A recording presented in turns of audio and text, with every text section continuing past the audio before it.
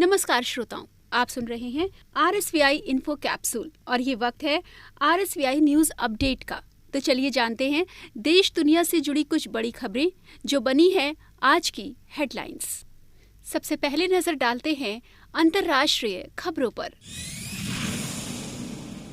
आधिकारिक तौर पर WHO से हटा अमेरिका, UN महासचिव को दी जानकारी। डोनाल्ड ट्रंप प्रशासन ने औपचारिक रूप से संयुक्त राज्य अमेरिका को विश्व स्वास्थ्य संगठन यानी कि WHO से हटा लिया है। अमेरिकी राष्ट्रपति डोनाल्ड ट्रंप कोरोना वायरस महामारी से निपटने को लेकर संयुक्त राष्ट्र के स्वास्थ्य निकाय की लगातार आलोचना करते रहे हैं। ट्रंप प्रशासन के एक वरिष्ठ अधिकारी ने मंगलवार को इस बात की पुष्टि करते हुए कहा कि व्हाइट हाउस ने आधिकारिक तौर पर WHO से अमेरिका को वापस ले लिया है। अधिकारी ने कहा कि संयुक्त राष्ट्र महासचिव को इस बात की जानकारी दे दी गई है।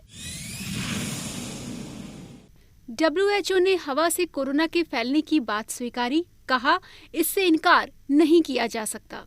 विश्व स्वास्थ्य संगठन यानी कि WHO ने मंगलवार को हवा से कोरोना संक्रमण के फैलने की बात को स्वीकार करते हुए कहा कि इससे इनकार नहीं किया जा सकता है। WHO ने दुनिया भर के 200 से अधिक वैज्ञानिकों द्वारा कोरोना वायरस के हवा में फैलने के सबूत को स्वीकार किया है। वैज्ञानिकों के एक समूह ने WHO से कोरोना वायरस को लेकर नए दिशा निर्देश जारी करने के लिए कहा है। कोरोना मरीजों की संख्या को लेकर ब्राजील में बना रिकॉर्ड, 45,000 से अधिक नए मामले सामने आए। ब्राजील में कोरोना वायरस का कहर जारी है। यहां संक्रमित रोगियों की तेजी से संख्या बढ़ती जा रही है। ब्राजील में पिछले 3 दिन की तुलना में 45,305 रोगियों की संख्या में वृद्धि हुई। इसके साथ यहां रोगियों की संख्या बढ़कर 16,68,589 पहुंच गई है। ब्राजील मंत्रालय ने बताया कि अब तक 66,868 कोरोना संक्रमितों की मौत हो चुकी है। राहत की बात यह है कि अब तक 9,76,977 कोरोना संक्रमित रोगी ठीक भी हुए हैं। हांगकांग के बाद तिब्बत को लेकर चीन अमेरिका में ठनी, चीनी अफसरों के लिए बंद हुए US के रास्ते। हांगकांग के बाद अब अमेरिका और चीन के बीच तिब्बत को लेकर ठन गई है। अमेरिका ने चीन के खिलाफ कठोर कदम उठाते हुए तिब्बत एक्ट के तहत चीनी अधिकारियों के अमेरिका में प्रवेश पर रोक लगा दी है। विदेश मंत्री माइक पोम्पियो ने तिब्बत एक्ट को साफ करते हुए कहा कि अमेरिका ने चीनी अधिकारियों के एक निश्चित समूह के लिए वीजा प्रतिबंधों की घोषणा की है। अमेरिका ने ये कदम तब उठाया है जब चीन ने अमेरिकी राजनयिकों व पर्यटकों के लिए तिब्बती स्वायत्त क्षेत्र के अंदर प्रवेश से रोक लगा दी है। चीन के इस कदम के बाद अमेरिका ने ये कदम उठाया। अजीबोगरीब वायरसों से दुनिया को चकित कर रहा चीन, कोरोना, फिर हंता और अब ब्यूबोनिक प्लेग। चीन से एक के बाद एक नए वायरस सामने आ रहे हैं। साल 2019 में सामने आए कोरोना वायरस के बाद मार्च में हंता वायरस ने भी अपने पांव पसारे थे। कोरोना के बाद इस वायरस के बारे में लोग बात कर ही रहे थे कि अब एक नए वायरस ने जन्म ले लिया है। इसका नाम है ब्यूबोनिक प्लेग। चीन से निकले कोरोना वायरस से दुनिया भर के देश परेशान हैं। अभी तक इस वायरस से निपटने का न तो कोई वैक्सीन बन पाया है और न ही पुख्ता इलाज संभव हो पाया है। तो ये थी अंतर्राष्ट्रीय खबरों से जुड़ी कुछ हेडलाइंस और चलिए अब रुक करते हैं राष्ट्रीय खबरों की ओर। आप सुन रहे हैं RSVI इन्फो कैप्सूल और ये वक्त है RSVI न्यूज अपडेट्स का। पुलिस एनकाउंटर, विकास दुबे का साथी अमर दुबे हमीरपुर में STF से मुठभेड़ में हुआ ढेर। कानपुर के चौबेपुर थाना क्षेत्र के बिकरू गांव में CO सहित 8 पुलिसकर्मियों की हत्या के बाद फरार मुख्य आरोपी विकास दुबे के सहयोगी अमर दुबे को हमीरपुर में मुठभेड़ में मार गिराया गया।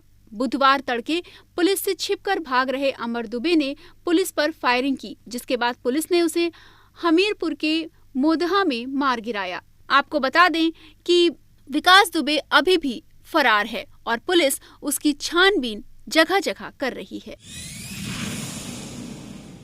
मनरेगा के तहत काम की मांग में आई तेजी से वृद्धि, प्रवासी मजदूरों को मिली मदद। कोरोना वायरस महामारी की वजह से चालू वित्त वर्ष में महात्मा गांधी राष्ट्रीय रोजगार गारंटी अधिनियम के तहत काम या रोजगार की मांग में भारी इजाफा हुआ है। सूत्रों ने मंगलवार को बताया कि इस रोजगार योजना के तहत कुल 1.01 करोड़ रुपए के आवंटन में करीब 42% राज्यों को वितरित किया जा चुका है।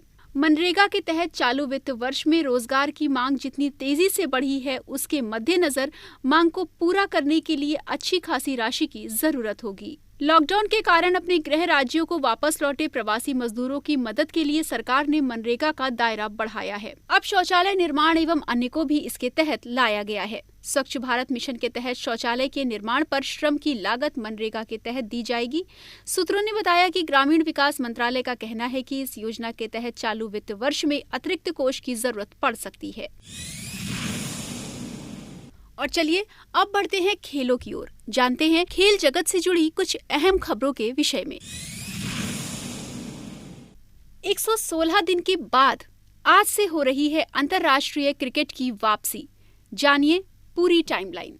विश्व क्रिकेट के लिए बुधवार यानी आज का दिन ऐतिहासिक होने वाला है, क्योंकि कोरोना वायरस महामारी के बीच 116 दिन के अंतराल के बाद अंतर्राष्ट्रीय क्रिकेट की वापसी होगी। इंग्लैंड और वेस्टइंडीज की टीमें साउथहैम्पटन के एंजल्स बाउल स्टेडियम में 3 मैचों की टेस्ट सीरीज के पहले मुकाबले के लिए आज मैदान में उतरने वाली हैं। बता दें कि आखिरी इंटरनेशनल मैच 13 मार्च को ऑस्ट्रेलिया और न्यूजीलैंड के बीच खेला गया था। कोरोना वायरस की वजह से बदले नियमों के बीच ये दोनों टीमें खिलाड़ियों के लिए नई शुरुआत की तरह होंगी। इंग्लैंड बनाम वेस्टइंडीज टेस्ट सीरीज का शेड्यूल: पहला टेस्ट मैच 8 से 12 जुलाई साउथहैम्पटन, दूसरा टेस्ट मैच 16 से 20 जुलाई मैनचेस्टर और तीसरा टेस्ट मैच 24 से 28 जुलाई मैनचेस्टर। सभी मुकाबले भारतीय समयानुसार दोपहर 3:30 बजे से खेले जाएंगे। जन्मदिन विशेष: 48 के हुए सौरव गांगुली।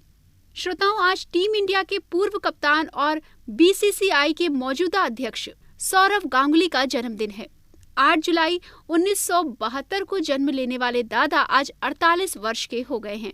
सौरव गांगुली के जन्मदिन के अवसर पर आरएसबीआई उन्हें देता है ढेर सारी शुभकामनाएं।